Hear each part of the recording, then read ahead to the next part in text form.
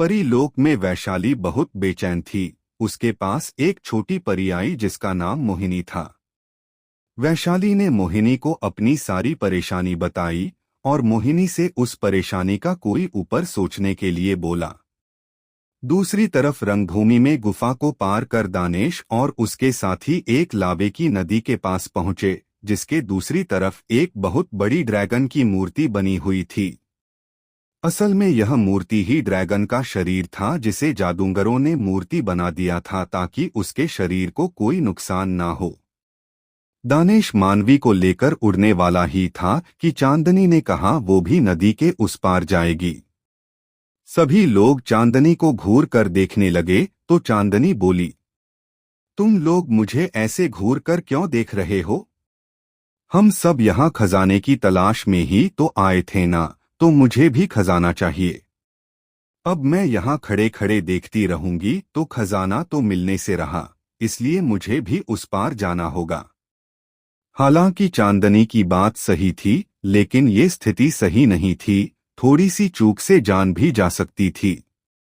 लेकिन दानेश तो सिर्फ एक को ही लेकर जा सकता था, अगर ज्यादा गए तो खतरा भी ज्यादा हो सकता है। दानेश, मैं तुम्हारी बात समझ रहा हूँ, लेकिन मैं सिर्फ एक को उस पार ले जाने का खतरा ले सकता हूँ। अगर दो को लेकर गया तो कुछ भी हो सकता है। चांदनी, मैं खुद जा सकती हूँ। मैंने ये नहीं कहा कि तुम मुझे लेकर चलो। अगर मुझे कुछ होता है तो ये मेरी जिम्मेदारी होगी, तुम्हारी नहीं। दानेश खुद से मन ही मन बोला, ये लड़की खुद की जान खतरे में क्यों डालना चाहती है? इसके लिए खजाना इतना जरूरी है क्या, जो मौत से भी नहीं डरती? डीमन किंग के टाइम पर भी ये खजाने के लिए अपनी जान गंवाने वाली थी, और अब भी। पता नहीं क्या है ये लड़की, कोई चोरनी या कोई लालची या फिर और कुछ। दानेश चांदनी से बोला, ठीक है, जैसा तुम चाहो कर सकती हो, पर मुझे लगता नहीं है वहां कोई और भी खजाना होगा। चांदनी, कोई बात नहीं, पर मुझे जाकर देखना ही होगा। बोलकर चांदनी ने अपनी तलवार बाहर निकली और उस पर चढ़कर उड़ गई। दानेश भी मानवी को लेकर उड़ गया। दोनों ऊपर से गिरते गोलों से बचते बचते निकल रहे थे। अचानक चांदनी की तरफ दो दिशाओं से एक साथ आग के गोले आने लगे। दानेश ने चिल्लाकर चांदनी को आवाज लगाई, चांदनी संभल कर, तुम्हारी तरफ दो गोले आ रहे हैं। यहाँ एक से बचना मुश्किल हो रहा था, उसकी तरफ दो दो गोले आ रहे थे। चांदनी के माथे पर पसीने की बूंदें दिखाई दे रही थी। उसे थोड़ा डर लगने लगा। उसकी आंखों के सामने उसके बीते दिनों की यादें आने लगी। उसकी आंखों के सामने एक हैंडसम लड़के का चेहरा घूमने लगा। उसके साथ ही कुछ छोटे बच्चे थे जिनके साथ हंसते हुए खेल रही थी, उनके साथ खाना खा रही थी, मार्केट में कुल्फी खा रही थी। चांदनी ने उन यादों को अपनी आंखों में बसाते हुए अपनी आंखें बंद कर ली। उसकी यादों में दानेश नहीं, कोई और ही लड़का था। शायद चांदनी उससे प्यार करती हो या उसके बहुत क्लोज हो, इसीलिए तो उसे अपनी मौत के वक्त उस लड़के का चेहरा दिखाई दे रहा था। दानेश ने देखा कि चांदनी अपने बैलेंस खो बैठी है। आग के गोले लगने से पहले ही वो अपनी तलवार से नीचे गिर गई। डर की वजह से उसका कंट्रोल तलवार से हट गया और वो नीचे गिरने लगी। दानेश ने थोड़ी फुर्ती दिखाई और मानवी को कस के पकड़कर चांदनी की तरफ गया और दूसरे हाथ से गिरती हुई चांदनी को पकड़ लिया। चांदनी की तलवार नीचे नदी में जा गिरी। नदी में गिरते ही तलवार पिघल गई। उसे देख मानवी भी डर गई। अगर तलवार के साथ मानवी भी नीचे गई होती तो उसका क्या हाल होता? चांदनी बेहोश हो गई थी। दानेश ने अपनी रफ्तार बढ़ाई और नदी के दूसरी तरफ पहुंच गया। ये सब होते हुए अरुण और शिवा भी देख रहे थे। एक पल के लिए तो उनकी धड़कन भी बढ़ गई। उन्हें लगा जैसे आज चांदनी नहीं बचने वाली। दानेश ने चांदनी को लिटाया और उसका मास्क उसके चेहरे से हटा दिया और अपना हाथ मानवी की तरफ बढ़ाते हुए बोला, मानवी, जल्दी से पानी दो। मानवी ने अपनी स्टोरेज रिंग से पानी की बोतल निकालकर दानेश को दी। दानेश चांदनी के मुंह पर पानी छींटे मारने लगा। पानी पड़ने से मानवी को धीरे धीरे होश आने लगा। चांदनी के चेहरे को देख मानवी सोचने लगी, ये मुझसे भी ज्यादा सुंदर है, लेकिन ये अपने चेहरे पर मास्क लगाए क्यों घूमती है? और सीनियर भी अपने चेहरे पर हमेशा मास्क लगाए रखते हैं, सीनियर कैसे दिखाई देते होंगे? दूसरी तरफ परीलोक में वैशाली की चिंता सुन मोहिनी बोली, इसका सॉल्यूशन मेरे पास है, लेकिन इसे सीक्रेट रखना होगा। वैशाली ने मास्टर मोहिनी को अपने दोनों हाथों में लिया और खुश होते हुए बोली, क्या सॉल्यूशन है? मुझे बताओ जल्दी, मैं उसे सीक्रेट ही रखूंगी। मोहिनी, अरे अरे आराम से, कहीं खुशी खुशी में मुझे मार मत देना, बोलकर मोहिनी मुस्कराने लगी। वैशाली, अब जल्दी बताओ, मैं वायदा करती हूँ ये हमेशा सीक्रेट ही रखूंगी। मोहिनी, ठीक है, सुनो, मेरी अब कुछ महीनों के लिए कोई क्लास नहीं है। मेरे सारे स्टूडेंट अपने घर गए हैं छुट्टियों पर, तो मैं कहीं जाकर घूमने की सोच रही थी। अगर तुम चाहो तो मैं इंसानी लोक जा सकती हूँ, लेकिन इस बात का किसी को पता नहीं चलना चाहिए। वैशाली खुश होते हुए, ओह सच में? मोहिनी उसके हाथों से ऊपर उड़ी और उसके सिर का चक्कर लगाते हुए बोली, हाँ, मेरी भी इच्छा है कि मैं इंसानी लोक को घूम कर आऊं, इस बहाने तुम्हारा काम भी हो जाएगा और मुझे इंसानी लोक घूमने का मौका भी मिल जाएगा। अपने सिर के चारों तरफ घूमती मोहिनी को देखने की वजह से वैशाली का सिर घूमने लगा। उसने फिर से मोहिनी को अपने हाथों में लिया और बोली, ठीक है, फिर आप आज ही इंसानी लोक आओ और उस लड़के की मदद करना। उसे कुछ नहीं होना चाहिए, मेरा दिल कह रहा है कि वो लड़का एक दिन दानवों से लड़ाई में हमारी मदद करेगा। मोहिनी थोड़ा चौंकते हुए बोली, आज? ये थोड़ा जल्दी नहीं होगा? वैशाली, नहीं, आज ही जाना होगा। दानव उस लड़के पर कभी भी हमला कर सकते हैं। मोहिनी, ठीक है, पर मैं उस लड़के को पहचानूंगी कैसे? वैशाली ने उसे रंगभूमि के बारे में बताया कि अब एक दिन बाद उसका दरवाजा खुलने वाला है और वो फिलहाल उसी के अंदर है। अगर तुम दरवाजे के खुलने से पहले वहां पहुंच जाती हो तो उस लड़के को आसानी से पहचान सकती हो। उसके शरीर से तुम्हें ब्लैक हेवनली फायर की खुशबू आ जाएगी। मोहिनी, ठीक है, मैं चली जाऊंगी। अब चिंता करना बंद करो और थोड़ा मुस्कराओ, आपके चेहरे पर ये उदासी बिल्कुल भी अच्छी नहीं लगती। मोहिनी की बात सुन वैशाली मुस्कराने लगी। दूसरी तरफ चांदनी को होश आ गया। उसने अपनी आंखों के सामने दानेश को पाया। पास में ही उसके पीछे से मानवी उसे लपक लपक कर देख रही थी। चांदनी को एहसास हुआ कि उसके चेहरे से मास्क हट गया है, तो वह जल्दी से खड़ी हुई और साइड में रखे मास्क को पहन लिया, जैसे वो अपना चेहरा किसी को दिखाना नहीं चाहती हो। दानेश, कैसा लग रहा है अब तुम्हें? चांदनी, मैं ठीक हूँ, बोलकर आगे बढ़ गई। दानेश और मानवी भी उसके पीछे पीछे ड्रैगन की मूर्ति के सामने आ गए।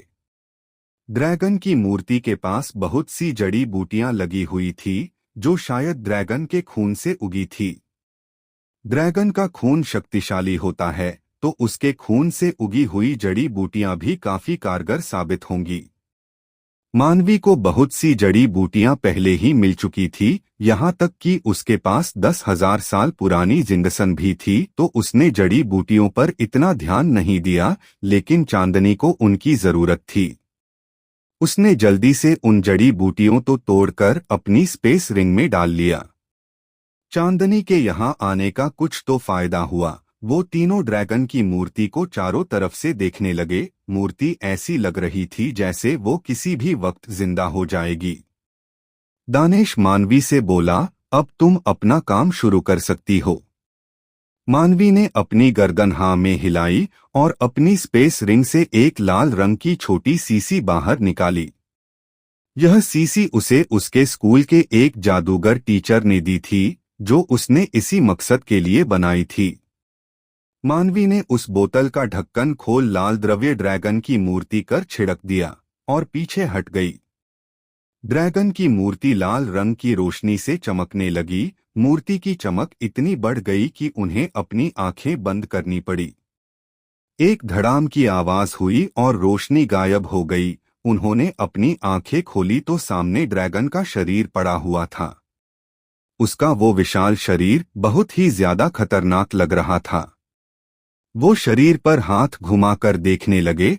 अचानक वहां की जमीन हिलने लगी, ऊपर से पत्थर गिरने लगे। दानेश, मानवी, जल्दी करो, इसे अपनी स्पेस रिंग में डालो और चलो यहाँ से, लागत है, यह जगह नष्ट होने वाली है। मानवी ने एक दूसरी स्पेस रिंग निकली और उसे ड्रैगन के शरीर की तरफ कर दिया। रिंग से एक रोशनी बाहर निकली। वह रोशनी ड्रैगन के शरीर को लेकर स्पेस रिंग में वापस आ गई। दानेश ने जल्दी से मानवी और चांदनी को अपनी एक एक बाह में लिया और गिरते हुए पत्थर और गोलों से बचकर वापस शिवा और अरुण के पास आ गया। वो सभी उसी रास्ते से बाहर भागने लगे। उनके मकबरे से बाहर आते ही मकबरा नष्ट हो गया। मकबरे के नष्ट होते ही वहां बना हुआ जाल भी टूट गया। अब वापस जाने का रास्ता बिल्कुल साफ हो गया था। दानेश, अब हमें पोर्टल पर वापस लौटना होगा, तभी हम टाइम पर पहुंच पाएंगे। सभी इस बात पर राजी हुए और पोर्टल की तरफ उड़ गए। ब्लैक ड्रैगन गैंग और स्कॉर्पियो गैंग पोर्टल पर पहले ही पहुंच गई थी। दोनों गैंग वहां पर दानेश को ही देख रही थी। उन्हें ब्लैक हेवनली फायर चाहिए थी। अगर वो पोर्टल के अंदर दानेश से कमजोर है तो क्या हुआ, वो पोर्टल के बाहर उससे हेवनली फायर को छीनने का प्लान बना रहे थे।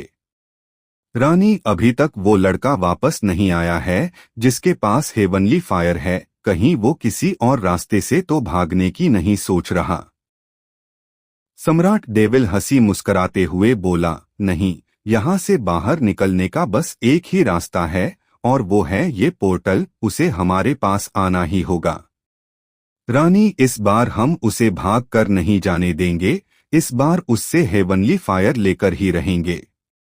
सम्राट, हाँ हाँ बिल्कुल, तुम चिंता मत करो। हेवनली फायर तुम्हारी है, बस तुम्हारी। परी लोक से वैशाली ने अपनी दोस्त छोटी परी मोहिनी को दानेश का साथ देने के लिए भेज दिया था। उधर दूसरी तरफ दानेश अपने साथियों के साथ ड्रैगन का शरीर लेकर वहां से पोर्टल की तरफ जा रहा था।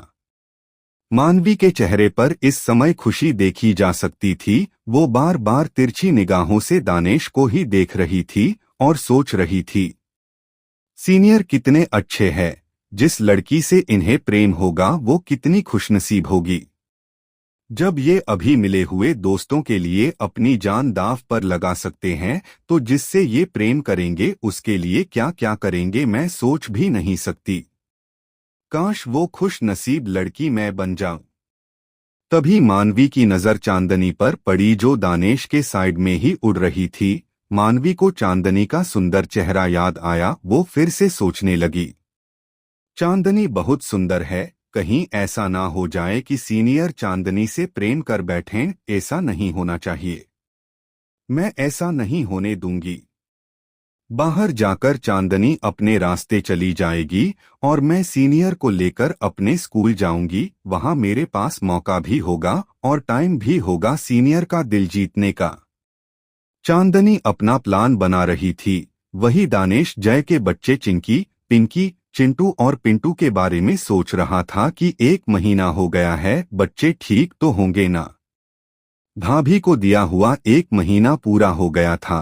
काले साए के नहीं आने पर कहीं भाभी उन्हें फिर से परेशान करने ना लग गई होगी। उसे जल्दी ही घर वापस जाना होगा। साथ ही उसे जय के कातिलों का भी पता लगाना है कि जय को किसने और क्यों मारा था। आखिर इतने भले इंसान का कौन दुश्मन था। सभी अपने अपने विचारों में खोए हुए थे, लेकिन उनमें से किसी ने भी ये नहीं सोचा था कि उनका पोर्टल पर पहले से ही कोई इंतजार कर रहा होगा। जब वो सभी पोर्टल पर पहुंचे तो उन्होंने देखा कि सभी लोगों की आंखें उन्हीं पर गड़ी हुई थी। उन्हें देख लोग आपस में बातें कर रहे थे। ये तो वही है जिसने डीमन किंग को हराया था। मुझे पता था ये जरूर आएगा। ये ब्लैक ड्रैगन गैंग और स्कॉर्पियो गैंग से डरने वाला नहीं है। मैंने सुना है इसने ब्लैक हेवनली फायर को रिफाइन कर लिया है। क्या ये सच है? लोग कुछ इस तरह की बातें कर रहे थे। उनकी बातों को ब्लैक ड्रैगन गैंग और स्कॉर्पियो गैंग के लोग भी सुन रहे थे, जो मन ही मन गुस्से से फटे जा रहे थे, लेकिन अभी कुछ कर नहीं सकते थे। उन्हें पता था कि अगर उन्होंने कुछ किया तो वो अपनी जान से हाथ धो बैठेंगे। रानी जो कि दानेश को घूर कर देख रही थी, वो सम्राट के साथ उड़कर दानेश की तरफ गई और अपने बालों में झटका देकर अपने सुंदर और उभरे सीने को दिखाते हुए दानेश के बहुत करीब आ गई। उसने पहले तो दानेश के चारों ओर एक राउंड लगाया और सामने आकर अपने सीने को थोड़ा आगे निकालकर बड़े ही मादक अंदाज में बोली, हेलो हैंडसम, मैंने सुना है तुमने हेवनली फायर को रिफाइन कर लिया है। तुम दिखने में बहुत ही सुंदर हो, तो तुम जल्दी मरना नहीं चाहोगे। शायद तुम्हें पता नहीं है, हेवनली फायर को रिफाइन करते ही तुम्हारे बहुत से दुश्मन बन चुके हैं जो तुम पर कभी भी हमला कर सकते हैं। मेरे पास तुम्हारे लिए एक ऑफर है, या फिर यूं कहें कि अपनी जान बचाने का एक मौका है। रानी अपनी अदाओं और बातों से दानेश को अपने वश में करना चाहती थी, लेकिन दानेश एक ही गलती को दोबारा कैसे कर सकता था। वह तो रानी की रग रग से वाकिफ था। वो अब इस तरह के जाल में नहीं फंस सकता। फिर भी वो देखना चाहता था कि आखिर रानी क्या चाहती है। दानेश कैसा मौका? रानी को लगा जैसे वो उसके जाल में फंसने वाला है।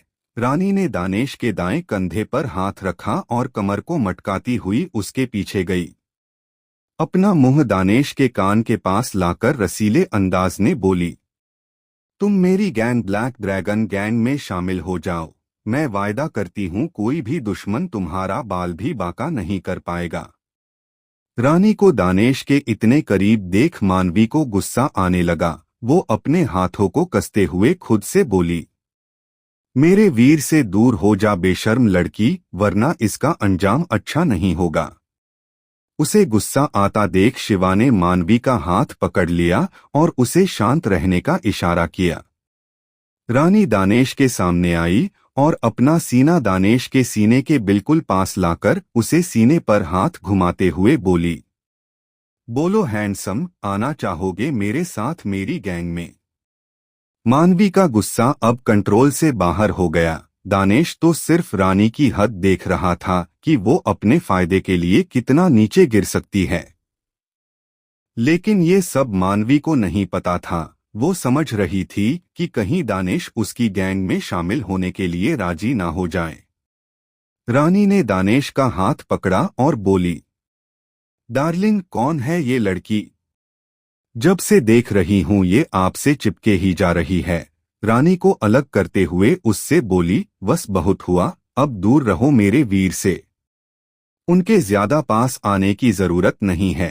ये मेरे मंगेतर है और जल्दी ही हमारी शादी होने वाली है। मैं अपने मंगेतर को किसी और के साथ नहीं देख सकती। मानवी की बातें सुन दानेश के साथ शिवा, अरुण और चांदनी पूरी तरह चौंक गए। दानेश सोच रहा था कि ये मेरी मंगेतर कब बनी, ये सब कब हुआ।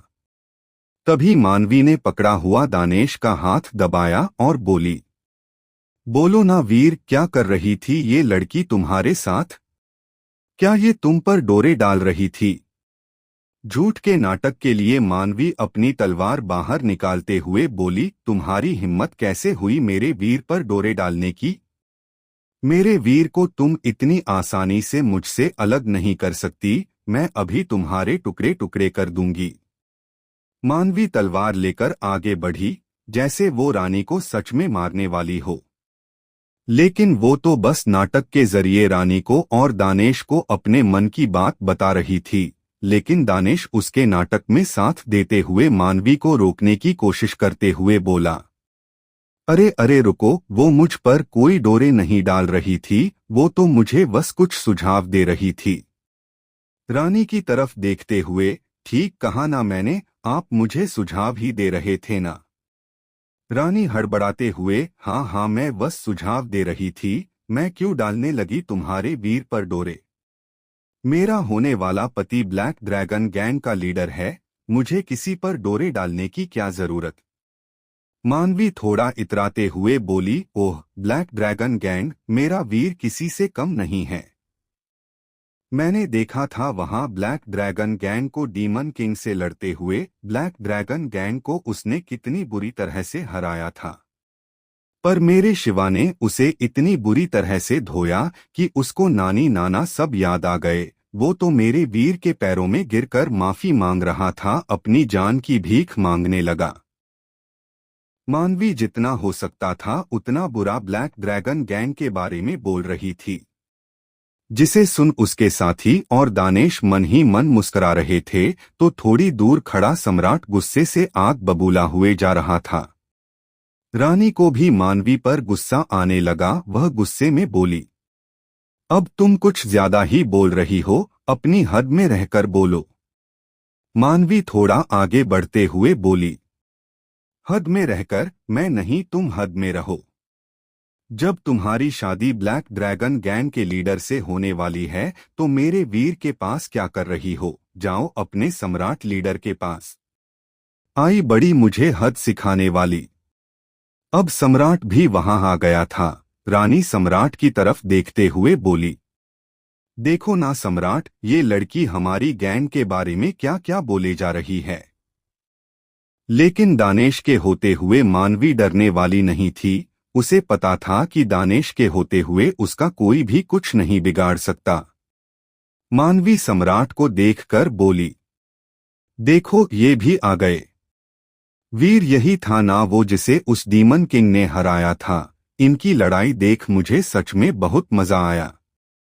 इनकी वो स्पेल जिसमें एक बहुत बड़ी तलवार आसमान से नीचे आकर सीधे डीमन किंग के ऊपर गिरी, उसके टुकड़े कर दिए, लेकिन इनकी बदकिस्मती वो दोबारा जिंदा हो गया। इन्होंने लगभग उसे मार ही डाला था। दानेश ने अपना सिर हाँ में हिला दिया। मानवी ने इनडायरेक्ट सम्राट की बेइज्जती कर दी, लेकिन सम्राट को पता था दानेश उससे कई ज्यादा ताकतवर है। वो उसे नाराज नहीं कर सकता था, तो उसके पास खुद को शांत रखने के अलावा कोई रास्ता नहीं था। सम्राट रानी का हाथ पकड़कर वहां से ले जाने लगा। रानी जो वहां से नहीं जाना चाहती थी, वो मानवी को सुनाना चाहती थी, लेकिन सम्राट उसे ले ही गया। उनकी चाल उन्हीं पर भारी पड़ गई। वो चाहते थे कि किसी भी तरह दानेश को अपनी गैंग में शामिल किया जाए, फिर वो उससे आसानी से हेवनली फायर छीन लेंगे। लेकिन मानवी ने उनकी अच्छी खासी बेइज्जती कर दी। उनके जाते ही अरुण खुश होते हुए आगे आया और बोला, वाह मानवी, तुमने आज मजा कर दिया। उस रानी और सम्राट को अच्छा मजा चखाया। उनके मुंह पर उन्हीं की भर भर के बेइज्जती कर डाली और वो कुछ कर भी नहीं पाए। चांदनी को तो ये सब बकवास लग रहा था। उसे इस सब से कोई मतलब नहीं था। उसे तो बाहर जाकर अपने अधूरे काम पूरे करने थे। चांदनी, अब मैं चलती हूँ, किसी भी समय पोर्टल खुलता ही होगा। अगर किस्मत में रहे तो फिर मिलेंगे। और हाँ वीर, मेरी जान बचाने के लिए तुम्हारा शुक्रिया।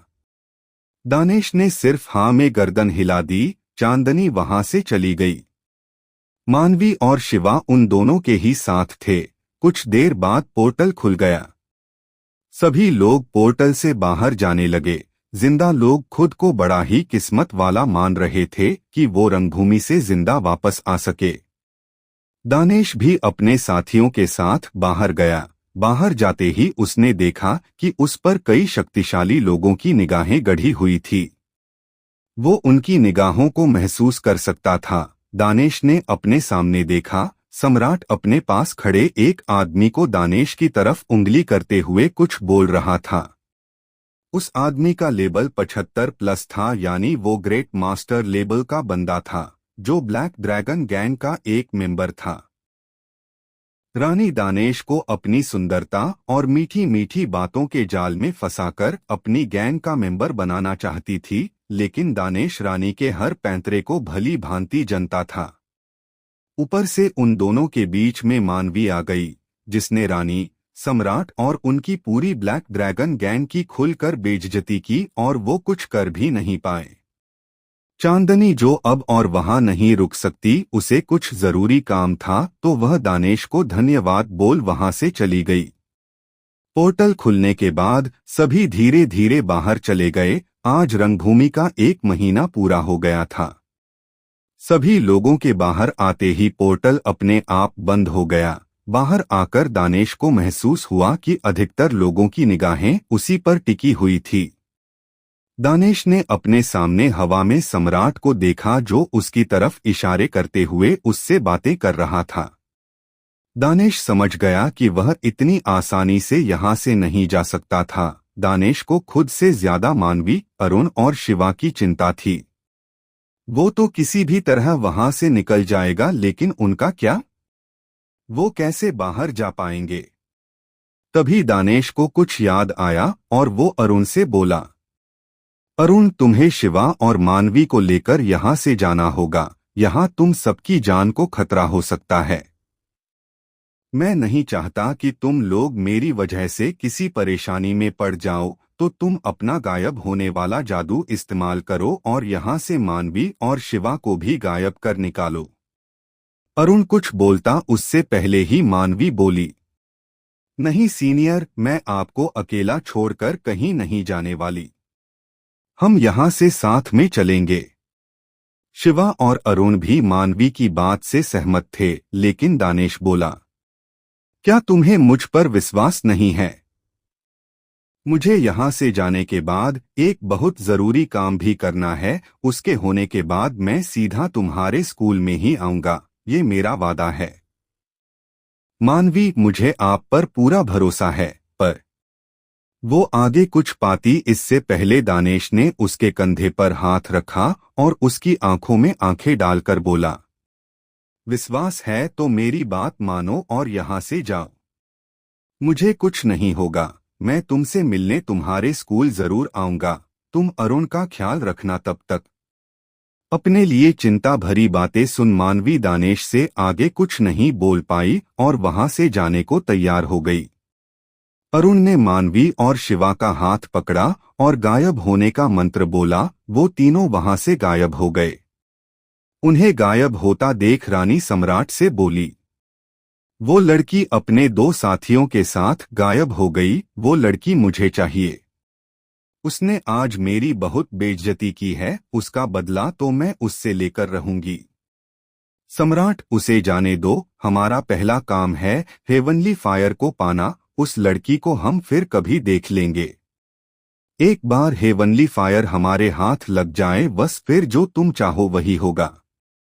रानी चाहती तो नहीं थी कि मानवी वहां से ऐसे ही चली जाए, लेकिन जब सम्राट ने बोल दिया कि उसे बाद में देख लेंगे, सबसे पहले हेवनली फायर जरूरी है, तो उसने भी आगे कुछ नहीं कहा। दानेश ने देखा कि अरुण वहां से गायब हो गया है, तो वह उनसे दूरी दिशा में उड़ गया। सम्राट अपने साथी के साथ दानेश का पीछा करने लगा। दानेश वहां से दूर जाकर लड़ना चाहता था, जहां उन्हें देखने वाला की ना हो। अगर दानेश यही लड़ाई करने लगता तो उससे लड़ने वाले और भी लोग आ जाते, जैसे कि स्कॉर्पियो गैंग, जिन्हें हेवनली फायर चाहिए थी। दानेश सभी से एक साथ नहीं लड़ सकता था। सम्राट खुद से बोला, आज तुम कहीं नहीं भाग सकते। आज तो मैं हेवनली फायर लेकर ही रहूंगा। सीनियर, जल्दी करो, हमें उसे भागने का मौका नहीं देना है। सम्राट ने अपने सीनियर साथी से उसका पीछा करने के लिए कहा। सम्राट की स्पीड दानेश की स्पीड से बहुत कम थी। वो उसका पीछा नहीं कर पा रहा था, तो उसने सीनियर को उसे रोकने के लिए कहा। सीनियर ने अपनी स्पीड बढ़ा दी। कुछ ही पलों में दानेश सम्राट की नजरों से ओझल हो गया, लेकिन उसका सीनियर अभी भी दानेश के पीछे था। सीनियर, इसकी स्पीड काफी अच्छी है, लेकिन मेरे जितनी नहीं। मैं इसे जल्दी ही पकड़ लूंगा। थोड़ी दूर और पीछा करने के बाद सीनियर ने अपनी रफ्तार और बढ़ा दी। फिर वह दानेश के आगे आकर खड़ा हो गया। दानेश भी उसे सामने देख रुक गया। उसका प्लान भी कुछ ऐसा ही था कि वो सम्राट को उससे अलग कर दे। सीनियर, अब तुम्हारे भागने का कोई फायदा नहीं है। मैं ग्रेट मास्टर लेवल का योद्धा हूँ और तुम अभी मास्टर लेवल पर भी नहीं हो। सिर्फ हेवनली फायर से तुम मेरा मुकाबला नहीं कर सकते। अच्छा होगा अगर तुम मेरे सामने अपने घुटने टेक दो और अपनी जान की भीख मांगो, फिर शायद मैं तुम्हारी जान बख्श दूं। पहले सीनियर को लगा जैसे दानेश का लेवल बहुत ज्यादा होगा, इसलिए सम्राट ने उसे बुलाया था, लेकिन जब दानेश उसके सामने आया तो पता चला दानेश का लेवल उससे बहुत कम था। तो उसे दानेश से डरने की कोई जरूरत नहीं थी, इसलिए उसने दानेश को जिंदा रहने का एक मौका दिया। दानेश, यही बात मैं तुमसे कहना चाहता हूँ, अगर तुम अपनी जान की सलामती चाहते हो तो मेरे रास्ते से हट जाओ, वरना बिना कारण के ही मारे जाओगे। दानेश की बात सुन वो सीनियर भड़क गया। आखिर में वो ग्रेट मास्टर लेवल का था और सामने वाला मास्टर लेवल का भी नहीं था। ऐसे में वो उसे धमकी दे रहा था। सीनियर गुस्से में बोला, तुम बहुत बदतमीज हो। मैंने फालतू में ही तुम्हें जिंदा रहने का मौका दिया, लेकिन तुम उस काबिल नहीं हो। तुम अपने सीनियर की इज्जत करना तक नहीं जानते। तुम्हें अब मरना होगा। लड़ाई के लिए तैयार हो जाओ। बोलकर सीनियर ने अपनी स्पिरिचुअल एनर्जी रिलीज कर दी। उन दोनों की बातों को कोई और भी था जो छुप कर सुन रहा था। यह कोई और नहीं, परीलोक की मास्टर मोहिनी थी। दानेश की भड़काने वाली बातें सुन वह सोचने लगी, क्या सच में ये वही लड़का है जिसने डीमन किंग को हराकर हेवनली फायर को रिफाइन किया था? इसकी बातों से तो ये कोई घमंडी लग रहा है। मास्टर वैशाली ने मुझे इसकी मदद के लिए भेजा है। क्या ये मेरी मदद के लायक भी है, जो अभी मास्टर लेवल का भी नहीं है और ग्रेट मास्टर लेवल के योद्धा को उसकी जान की धमकी दे रहा है? मास्टर परी मोहिनी रंगभूमि के द्वार की तरफ जा ही रही थी कि उसे रास्ते में ही दानेश की आभा महसूस हुई, जिससे हेवनली फायर की खुशबू आ रही थी। तो मोहिनी द्वार पर जाने की बजाय सीधे दानेश के पीछे आ गई। सीनियर के स्पिरिचुअल एनर्जी रिलीज करने से दानेश के ऊपर उसका हल्का सा दबाव महसूस हुआ, तो उसने भी अपनी स्पिरिचुअल एनर्जी रिलीज कर दी। उसके स्पिरिचुअल एनर्जी रिलीज करते ही उसके ऊपर से दबाव हट गया, साथ ही सीनियर और मोहिनी चौंक गए। सीनियर इसलिए चौंका कि दानेश की स्पिरिचुअल एनर्जी उससे भी बहुत ज्यादा था। दानेश की स्पिरिचुअल एनर्जी उल्टा सीनियर पर ही दबाव डालने लगी। मास्टर मोहिनी के चौंकने का कारण कुछ अलग ही था। वह चौंकते हुए बोली, ऐसा कैसे हो सकता है? ये तो असंभव है, बिल्कुल असंभव है। ये लड़का है कौन? इसके अंदर तीन स्पिरिचुअल एनर्जी है।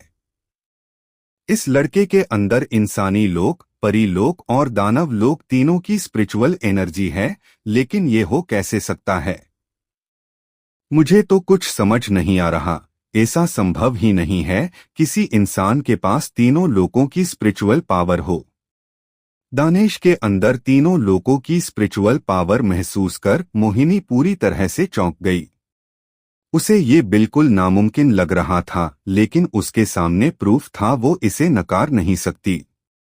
सीनियर, मैंने शायद तुम्हें कम समझ लिया था। तुम्हारी स्पिरिचुअल पावर मेरी पावर से ज्यादा है। अब तो मैं तुम पर बिल्कुल भी रहम नहीं दिखाने वाला। बोलकर वो अपनी तलवार बाहर निकालकर दानेश पर हमला करने के लिए दौड़ पड़ा। दानेश के पास खुद का अपना कोई हथियार नहीं था, इसलिए वह बस सीनियर के हमलों से अपनी स्पीड की मदद से बच रहा था।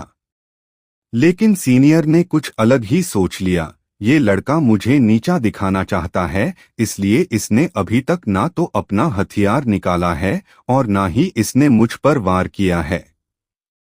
ये लड़का सच में अपनी मौत को दावत दे रहा है। मैं इसे छोड़ूंगा नहीं। सोचकर उसने अपने हमलों की रफ्तार और तेज कर दी, लेकिन उसका भी कोई फायदा नहीं हुआ। दानेश उनसे भी आसानी से बच निकल रहा था। सीनियर को अब बहुत ही ज्यादा गुस्सा आने लगा। उसने दानेश पर हमला करना बंद किया और साइड में खड़ा होकर गुस्से में आग बबूला होते हुए बोला, बस बहुत हुआ, अब मेरे हमले से बचकर दिखाओ। सीनियर अपनी तलवार को धीमे धीमे हवा में घुमाने लगा। धीरे धीरे वहां का वातावरण ठंडा हो रहा था। अचानक सीनियर ने कहा, बर्फीले नुकीले खंजर की टेक्निक। उसके इतना कहते ही सीनियर के पास सैकड़ों बर्फ के नुकीले खंजर बन गए। सीनियर, ये लो, अब बचकर दिखाओ। एक एक करके बर्फ के खंजर दानेश पर हमला करने लगे। दानेश उनसे बच रहा था। कोई उसके कान के पास से जाता तो कोई उसकी आंखों के जस्ट सामने से, लेकिन कोई खंजर दानेश को छू भी नहीं पाया। जब भी कोई खंजर दानेश पर सीधा वार करता, उसे दानेश अपने जूतों से मारकर उसकी दिशा ही बदल देता। धीरे धीरे सीनियर के सारे खंजर खत्म हो गए, लेकिन वो दानेश को कोई नुकसान नहीं पहुंचा सके। ये देख सीनियर और भी गुस्सा हो गया। उसका खतरनाक बार खाली चला गया, जिससे आज तक घायल हुए बिना कोई नहीं बच पाया। दानेश ने सोचा अब उसके पास ज्यादा समय नहीं है, उसे जल्दी ही काम खत्म करना होगा, नहीं तो बाकी योद्धा भी आ जाएंगे और दानेश को उनसे भी लड़ना होगा। दानेश, लगता है तुम्हारे हमले खत्म हो गए, अब तुम मेरे हमलों से बचकर दिखाओ। दानेश ने अपनी आंखें बंद की और जोर से कहा, शरीर और आत्मा का मिलन टेक्निक। सीनियर को समझ नहीं आया ये कौन सी टेक्निक है, उसने पहली बार इसका नाम सुना था। दानेश ने अपने दोस्तों को गायब होकर रंगभूमि के द्वार से चले जाने को कहा। उसके बाद वह वहां से दूसरी दिशा में चला गया। दानेश के पीछे पीछे सम्राट अपने सीनियर के साथ उससे हेवनली फायर लेने के लिए चला गया, लेकिन सम्राट की स्पीड कम होने से वह उन दोनों से काफी पीछे रह गया। दानेश ने अपनी स्पीड स्लो की, जिससे सीनियर उससे आगे आ गया। दोनों के बीच लड़ाई हो रही थी, जिसे वहां छिपकर मास्टर परी मोहिनी देख रही थी। उसने देखा कि दानेश के शरीर में तीनों लोगों की स्पिरिचुअल एनर्जी थी, जिसे देख वह पूरी तरह चौंक गई। उसने ऐसा ना तो कभी सुना था ना ही देखा था कि कोई इंसान के पास तीनों लोगों की स्पिरिचुअल एनर्जी हो। जब सीनियर के वार खाली चले गए तो दानेश ने अपनी तकनीक इस्तेमाल की, शरीर और आत्मा का मिलन तकनीक। ये वही टेक्निक थी जिसे दानव लोमड़ी ने उसे डीमन किंग को मारते हुए सिखाई थी, लेकिन सीनियर ने कभी ऐसी टेक्निक के बारे में कभी नहीं सुना था। लेकिन इस टेक्निक का नाम सुन मोहिनी फिर से चौंक गई। यह एक बहुत ही प्राचीन टेक्निक थी, जिसका उल्लेख परी लोक की पुस्तकों में था, जिस पर महारत हासिल करना बहुत ही ज्यादा कठिन था। मोहिनी, आखिर है कौन ये लड़का? क्या इसने शरीर और आत्मा का मिलन टेक्निक में भी महारत हासिल कर ली? लेकिन ऐसा कैसे हो सकता है? ये तो एक दानव टेक्निक है। एक इंसान का इस सीखना लगभग नामुमकिन है। क्या ये दानवों से मिला हुआ है? अगर ऐसा होता तो ये स्नेक डीमन किंग को नहीं मारता। मैं बहुत ज्यादा कंफ्यूज हो रही हूँ, साथ ही इस लड़के में मेरी दिलचस्पी और भी ज्यादा बढ़ती जा रही है। मुझे भी देखना है ये लड़का आगे क्या क्या कर सकता है। दानेश के पीछे दानव लोमड़ी की एक भयानक परछाई बनी, जो ऊपर मुंह कर चिल्ला रही थी। वो नजारा देख सीनियर के डर से शरीर के बाल बाल खड़े हो गए। वो परछाई दानेश के शरीर में प्रवेश कर गई और वो पहले की खतरनाक लगने लगा। उसके शरीर से और आंखों से निकलता काला धुआं उसे खौफनाक बना रहा था। उसकी स्पिरिचुअल एनर्जी पहले से ज्यादा बढ़ गई। दानेश ने अपनी आंखें खोली। उसकी आंखें देख सीनियर के कदम पीछे हट गए। दानेश धीमे धीमे कदमों से सीनियर की तरफ बढ़ने लगा। सीनियर ने दानेश को रोकने के लिए अपनी स्लैश तकनीक का इस्तेमाल किया, लेकिन दानेश की स्पीड पहले से और भी ज्यादा बढ़ गई, तो उन बारों से दानेश आसानी से बच गया। दानेश अपनी स्पीड का इस्तेमाल कर उसके सामने पहुंच गया। सीनियर अपने जस्ट सामने दानेश को देख घबरा गया। दानेश ने उसके सीने पर एक जोर का मुक्का मारा। वो उड़ता हुआ सामने के पेड़ों को तोड़ते हुए बहुत दूर जाकर गिरा। दानेश के एक मुक्के से सीनियर की हड्डी पसली एक हो गई। उसके मुंह से खून निकलने लगा। वो अपने मन में सोचने लगा, ऐसा नहीं हो सकता, ये मास्टर लेवल पर भी नहीं है। मैं ग्रेट मास्टर लेवल पर हूं, मैं इससे कैसे हार सकता हूं? मैं इससे इतनी जल्दी हार नहीं मान सकता। सीनियर चिल्लाते हुए खड़ा हुआ। उसने अपनी सारी पावर रिलीज कर दी। उसके बाल हवा में ऊपर उड़ने लगे। उसके शरीर से बिजली की तरंग निकलने लगी। उसने अपना एक पैर पीछे किया और तलवार को सामने कर दानेश पर हमला करने के लिए स्पीड से आगे बढ़ा।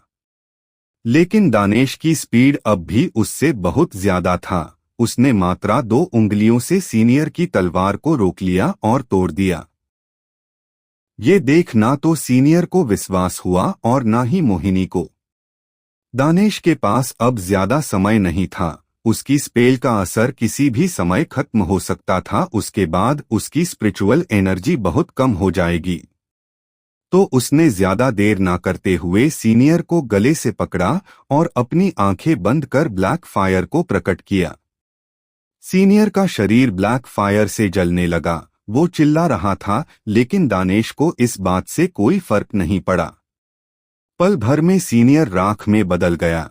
उसके राख में बदलते ही दानेश खुद से बोला, अब मुझे यहां से चलना चाहिए। सम्राट यहां कभी भी पहुंचता होगा।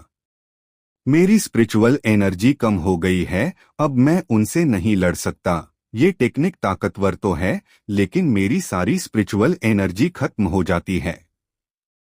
दानेश ने एक साथ 2 जादुई गोलियां खाई और वहां से चला गया। मोहिनी भी उसके पीछे पीछे चली गई। थोड़ी देर बाद सम्राट वहां आ पहुंचा। उसने वहां नजारा देखा। चारों तरफ पेड़ टूटे हुए थे, चट्टानों में दरार थी। तभी उसकी नजर राख के ढेर पर गई। उसे देख दानेश समझ गया कि उसका सीनियर अब जिंदा नहीं रहा। वो अपने आप से बोला, लगता है मैंने उसे कमजोर समझ लिया। उसने तो ग्रेट मास्टर लेवल के बंदे को भी मार डाला। उसके पास खड़ी रानी बोली। वो फिर पकड़ से निकल गया। अब उसे कहां और कैसे देखेंगे? सम्राट के चेहरे पर टेंशन के भाव थे। वह बोला, अब मुझे उससे ज्यादा मेरी चिंता हो रही है। अब मैं पिताजी को क्या जवाब दूंगा? मिशन फेल होने की बात सुन वो मेरा क्या हाल करेंगे मुझे खुद नहीं पता। क्या जवाब दूंगा मैं उन्हें कि हम ब्लैक हेवनली फायर नहीं ला सके? उसके अलावा एक ग्रेट मास्टर लेवल के बंदे को भी खो दिया। ये सुनकर तो वो मुझे मार ही डालेंगे। रानी उसे समझाती हुई बोली, वो तुम्हारे पिताजी, वो तुम्हें क्यों मारेंगे? एक मिशन की तो फेल हुआ है, इसमें कौन सी बड़ी बात है? सम्राट, अभी तुम मेरे पिताजी को जानती नहीं हो, वो बहुत खतरनाक है। उन्हें फेलियर लोगों से सख्त नफरत है, चाहे वो उनका बेटा ही क्यों ना हो। रानी, तुम उस लड़के का पता लगाने की सोचो। मैं तुम्हारे पिताजी का गुस्सा शांत करने का कोई रास्ता खोजती हूँ। तुम चिंता मत करो, मैं कोई न कोई रास्ता निकाल ही लूंगी। सम्राट को अब हेवनली फायर से ज्यादा अपने पिता को सजा से डर लग रहा था। उसके पिता को कोई भी मिशन फेल होना पसंद नहीं था। मिशन फेल होने वाले को कड़ी से कड़ी सजा देते थे। दूसरी तरफ मार्शल आर्ट हाई स्कूल। मानवी शिवा और अरुण के साथ स्कूल के सामने खड़ी थी। वो मुस्कुराते हुए बोली, अरुण, ये है हमारा मार्शल आर्ट हाई स्कूल। तुम्हारा हमारे स्कूल में तुम्हारा स्वागत है। वो दोनों के साथ अंदर चली गई। स्कूल पुराने मॉडल की तरह बना हुआ था, जैसे कोई चाइनीज मार्शल स्कूल हो। स्टूडेंट्स तलवार से एक दूसरे के साथ प्रैक्टिस कर रहे थे। कुछ स्टूडेंट्स जादुई शक्तियों की प्रैक्टिस कर रहे थे। उस आग से सामने टारगेट पर निशाना लगा रहे थे, तो कुछ अपने चारों ओर शील्ड बना रहे थे। अरुण का ध्यान सबसे पहले वहीं गया जहां जादूगर अटैक करने की प्रैक्टिस कर रहे थे। उसे भी एक अटैकर मैजिशियन बनना था, जिससे वो भी दानेश की मदद कर सके। वो फिलहाल सिर्फ दानेश पर एक बोझ बनकर रह रहा था। तभी उनके सामने एक लड़की भागती हुई आई, जिसकी हाइट थोड़ी कम, गोल चेयर, गोरा रंग, मोटी मोटी आंखें, इंद्रधनुष की आकृति जैसा होठ, हैप्पी कट बाल, वाइट कपड़े पहने हुए थी। जो किसी गुड़िया जैसी लग रही थी। अरुण उसे देखता ही रह गया। उसकी नजर उसके चेहरे से हट ही नहीं रही थी। वो लड़की उनके सामने आते ही मानवी के गले लगते ही बोली, दी आप आ गई। कैसी हो आप? और आपका मिशन कैसा रहा? पता है मैंने आपको कितना मिस किया। फिर उससे अलग होकर गुस्सा दिखाते हुए अपना चेहरा दूसरी तरफ कर खड़ी होकर बोली, मैं आपसे गुस्सा हूं, मुझसे बात मत करना। आप मुझे अपने साथ मिशन पर लेकर नहीं गई।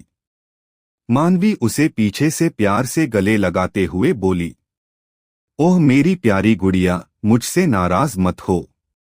मैंने भी तुम्हें बहुत मिस किया। मैं अच्छी हूं और मिशन भी अच्छा रहा। उस लड़की का नाम भी उसी की पर्सनैलिटी के हिसाब से था, यानी उसका नाम गुड़िया था। गुड़िया ने अपना मुंह बनाया और बोली, बात मत बनाओ, आपने मुझे कोई मिस नहीं किया। मैं आपसे कोई बात नहीं करने वाली। जाओ आप गुरुजी के पास और अपने मिशन की रिपोर्ट करो। मानवी भी उससे अलग होते हुए बोली, ठीक है, मैं तुमसे बाद में मिलती हूँ, लेकिन तब तक अरुण की ओर इशारा करते हुए, अरुण को हमारा स्कूल दिखाओ। ये पहली बार हमारे स्कूल में आए हैं। गुड़िया ने मुड़कर अरुण की ओर देखा और उसे नीचे से ऊपर देखने लगी। गुड़िया के गौर से देखने पर अरुण के दिल में कुछ कुछ होने लगा। वैसे तो वो हमेशा बड़बड़ करता था, लेकिन गुड़िया के सामने उसकी बोलती बंद हो गई। गुड़िया दी, कौन है ये? क्या ये भी एक जादूगर है? मानवी, हाँ तुमने सही पहचाना, ये भी एक जादूगर है, लेकिन ये एक प्रोटेक्टर जादूगर है। गुड़िया ओह अरुण की तरफ हैंडशेक के लिए अपना हाथ बढ़ाते हुए, HII मेरा नाम गुड़िया है और मैं एक अटैकर मैजिशियन हूँ। अरुण के मुंह से कोई जवाब नहीं आया, बस उसने गुड़िया को देखते हुए उससे हाथ मिलाने के लिए हाथ बढ़ा दिया। उससे हाथ मिलते ही मानो अरुण के शरीर में एक करंट सा दौड़ गया हो। वो अपने हो मन में खुद से बातें कर रहा था, क्या सुंदर लड़की है भाई, ऊपर से अटैकर मैजिशियन भी। अगर ये मेरी लाइफ पार्टनर बन जाए तो हम दोनों मिलकर कुछ भी कर सकते हैं। अरुण के कुछ नहीं बोलने पर गुड़िया ने अरुण का हाथ हिलाया और बोली, हेलो, किन विचारों में खोए हुए हो? अरुण को विचारों में खोता देख मानवी मन ही मन मुस्कराने लगी। अरुण भी अपने होश में आया और हड़बड़ाते हुए टूटे फूटे शब्दों में बोला, हेलो जादूगर, प्रोटेक्टर, अटैकर अरुण। नहीं, मैं अरुण जादूगर नहीं, मेरा नाम अरुण और मैं एक जादूगर प्रोटेक्टर हूँ। उसे हड़बड़ाता देख गुड़िया मानवी को देखने लगी, जैसे पूछना चाहती हो कि ये ऐसा ही है क्या। लेकिन मानवी उन्हें देख हंसने लगी और बोली, इनका यहाँ पहली बार है ना, इसलिए शायद घबरा रहे हैं। ठीक है, मैं चलती हूँ, तुम अरुण का ध्यान रखना। शिवा, चलो गुरुजी के पास चलते हैं। मानवी उन दोनों को अकेला छोड़ वहां से शिवा को लेकर चली गई। अरुण अभी भी गुड़िया को देख रहा था। उसका हाथ अभी भी गुड़िया के हाथ में था। उसे खुद नहीं पता था उसे क्या हो रहा था। वो गुड़िया के सामने बोल क्यों नहीं पा रहा है। बात चांदनी से लड़ने की हो तो उसका मुंह नहीं रुकता, लेकिन यहाँ गुड़िया के सामने अपना नाम भी ढंग से नहीं बता पा रहा है। उसके सामने अरुण का मुंह बंद हो गया। उसे खुद समझ नहीं आ रहा था कि इस लड़की के सामने वो बोल क्यों नहीं पा रहा है। मानवी उन दोनों को अकेला छोड़कर शिवा के साथ वहां से चली गई। मानवी शिवा के साथ छोटे से लेकिन सुंदर घर के सामने जाकर रुकी। वहां बहुत सी जड़ी बूटियां लगी हुई थी। उनकी खुशबू चारों तरफ फैली हुई थी। तरह तरह के फूल लगे हुए थे। मानवी बाहर से ही खुशी से चिल्लाते हुए अंदर गई। पिताजी, पिताजी, मैं आ गई। अंदर एक बूढ़ा दिखने वाला इंसान नीचे बैठकर कुछ जड़ी बूटियों को पीस रहा था। मानवी की आवाज सुन उसने सामान को साइड किया और मुस्कुराते हुए मानवी की आवाज की तरफ जाने लगा। मानवी ने उन्हें देखते ही गले से लगा लिया और बोली, पिताजी मिशन कामयाब रहा। मिशन के कामयाब होने की बात सुन उनकी खुशी दोगुनी हो गई। ये मानवी के पिताजी सोमनाथ थे। साथ ही ऐसा कह सकते हैं कि मार्शल आर्ट्स हाई स्कूल के प्रिंसिपल यानी कर्ता धर्ता यही थे। सोमनाथ जी मानवी के चेहरे पर प्यार से हाथ घुमाकर बोले, तुम ठीक तो हो ना? तुम्हें कोई चोट तो नहीं लगी? मैं अभी तुम्हारे लिए ही दवाई बना रहा था कि अगर तुम्हें चोट लगी होगी तो दवाई जरूरी है। मानवी चारों तरफ से घूमकर खुद को दिखाते हुए बोली, नहीं पिताजी, मैं बिल्कुल ठीक हूं, मुझे कोई चोट नहीं लगी। सोमनाथ जी, फिर तो अच्छा है। मुझे लगा तुम रंगभूमि गई हो तो वहां चोट लगना स्वाभाविक है। शिवा की तरफ देखते हुए, शिवा तुम ठीक हो? शिवा जी, गुरुजी, मैं भी बिल्कुल ठीक हूँ। सोमनाथ, मुझे पता था तुम मेरी बेटी को सही सलामत लेकर आओगे। तुमने मेरा भरोसा नहीं तोड़ा, शाबाश। शिवा, नहीं गुरुजी, मानवी के सही सलामत लौटने का असली कारण मैं नहीं हूँ, कोई और है। सोमनाथ जी चौंकते हुए बोले, मतलब? मानवी अपने पिताजी को साइड में रखी चेयर पर बैठाते हुए मुस्कुराकर बोली, इसका मतलब मैं समझाती हूँ आपको, पहले आप यहाँ आराम से बैठो। आपको वो दिन याद है जब मैंने आपको बताया था कि एक लड़के ने मुझे गैंडे से बचाया था? बस उसी लड़के की वजह से मैं और शिवा सही सलामत वापस आए हैं, और यही नहीं, उसी की वजह से ही हमारा मिशन पूरा हो पाया। मानवी ने शुरू से लेकर अब तक की पूरी कहानी सोमनाथ जी को सुना दी।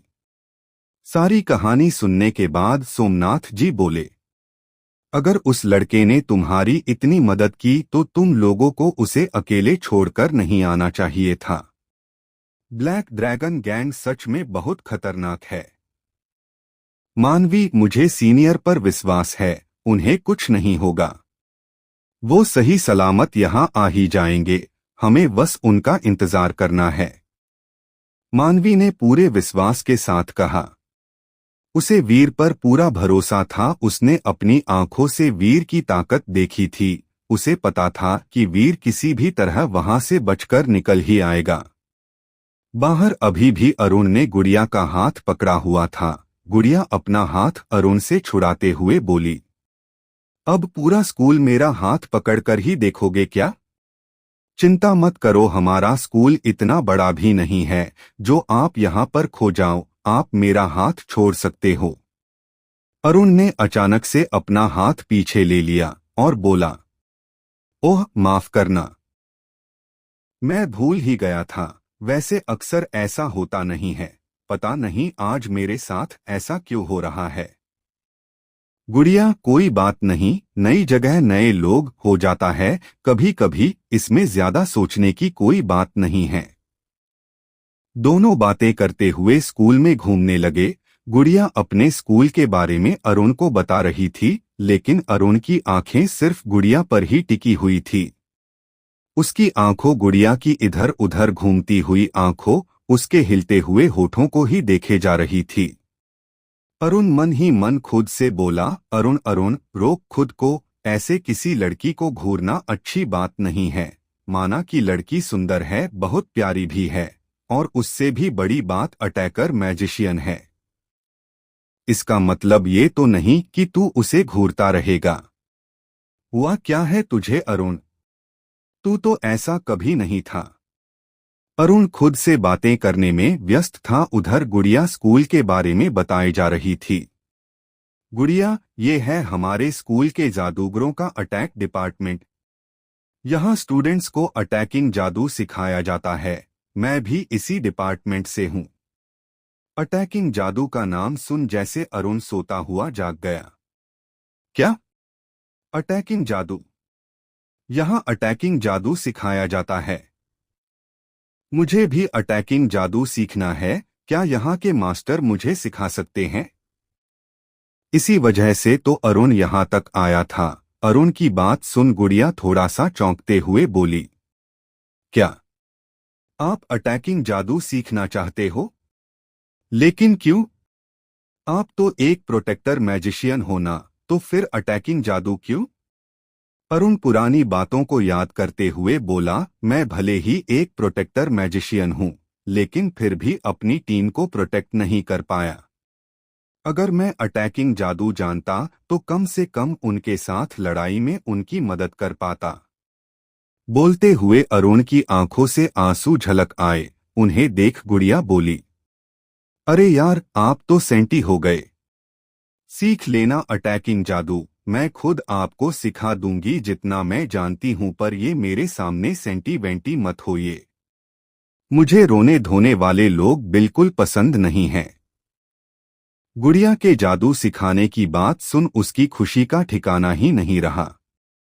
उसकी खुशी देख लग रहा था जैसे उसकी बरसों की तमन्ना आज पूरी हो गई। जिसकी तलाश में अरुण था उसे आज वो मिल गया हो। अटैकिंग जादू वो भी गुड़िया सिखाएगी, यह सोच सोच कर अरुण पगलाए जा रहा था। गुड़िया, आपको सबसे पहले अटैकिंग जादू के बेसिक सीखने होंगे। कैसे मंत्र बोलना है, पोजीशन क्या होनी चाहिए, बेसिक मंत्र याद करने होंगे। समझ रहे हो ना मैं क्या बोल रही हूँ? अरुण ने जल्दी से अपना सिर 3-4 बार हाँ में हिलाया और बोला, हाँ हाँ मैं समझ रहा हूँ। आप मुझे ये बताओ, मैं कब से जादू सीख सकता हूँ? क्या हम आज और अभी से ट्रेनिंग शुरू कर सकते हैं? गुड़िया, आपको तो बहुत जल्दी है जादू सीखने की। चलो ठीक है, मैं आपके लिए कुछ मंत्र और पोजीशन बताती हूँ, आपको कल तक उनकी प्रैक्टिस करनी है। गुड़िया ने अरुण को कुछ बेसिक मंत्र और बेसिक पोजीशन के बारे में बताया। गुड़िया ने सबसे बेसिक मैजिक आग के गोले निकालने का मंत्र और उसकी पोजीशन बताई। अरुण वहीं पर पोजीशन में खड़े हुए कर अपना सीधा हाथ आगे कर मंत्र बोलने लगा। गुड़िया उसके ऊपर हल्की मुस्कुराई और बोली, आपके ऊपर मुझे बहुत ही ज्यादा करनी होगी, तब जाकर आप अटैकिंग जादू सीख पाएंगे। गुड़िया अरुण के पीछे जाकर खड़ी हो गई और उसके कंधे पर अपने दोनों हाथ रखते हुए बोली, सांसों को नॉर्मल कीजिए, अंदर तक गहरी सांस लीजिए और कल्पना करो कि आपके हाथों से आग के गोले निकल रहे हैं। अरुण आग के गोले की कल्पना तो तब करता जब उसका ध्यान जादू पर होता। गुड़िया के उसके कंधे पर हाथ रखते ही उसके दिमाग से मंत्र ही उड़ गया। उसका ध्यान तो गुड़िया की गोरी गोरी लंबी सुंदर उंगलियों पर था, जिनका स्पर्श अरुण को सुकून दे रहा था। गुड़िया, जैसा मैं कहूँ वैसा वैसा करते जाना। सबसे पहले अपनी आंखें बंद करो, लंबी लंबी सांसें लो, खुद को बिल्कुल टेंशन फ्री करो, अपना ध्यान एक जगह लगाने की कोशिश करो और मेरे साथ मंत्र बोलो। अरुण गुड़िया के बोलने जैसा ही करता गया। अरुण का ध्यान एक ही जगह था और वो था गुड़िया की उंगलियों पर। अरुण गुड़िया के साथ मंत्र बोलने लगा।